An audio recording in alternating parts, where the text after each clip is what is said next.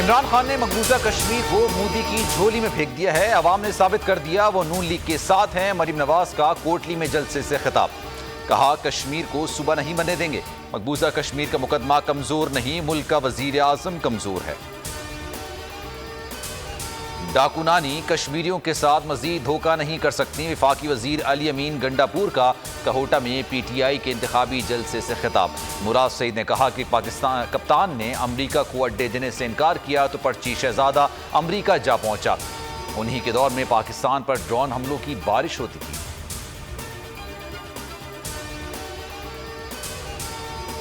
ضلع کرم میں سیکیورٹی فورسز کے آپریشن، دہشت گردوں سے لڑائی میں پاک فوج کے افسر اور جوان شہید۔ آئی ایس پی آر کے مطابق 3 دہشت گرد بھی مارے گئے۔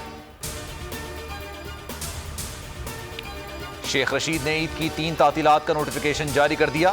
عید کی چھٹیاں 20 جولائی سے 22 جولائی تک کی ہوں گی۔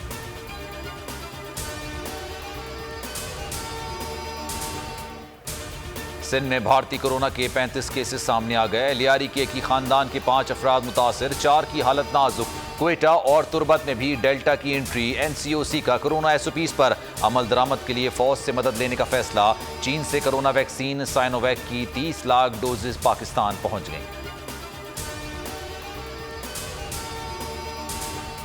ہماری سمارٹ لاک ڈاؤن پالیسی مؤثر رہی۔ کورونا ویکسین کی تیاری اور تقسیم کا تیز تر عمل یقینی بنانا ہوگا۔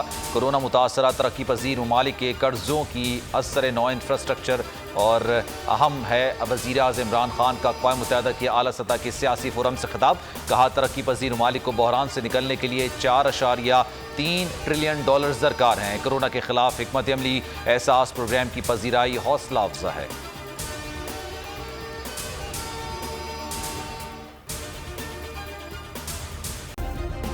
سبسکرائب کریں اور بیل دبائیں تاکہ کوئی خبر رہ نہ جائے۔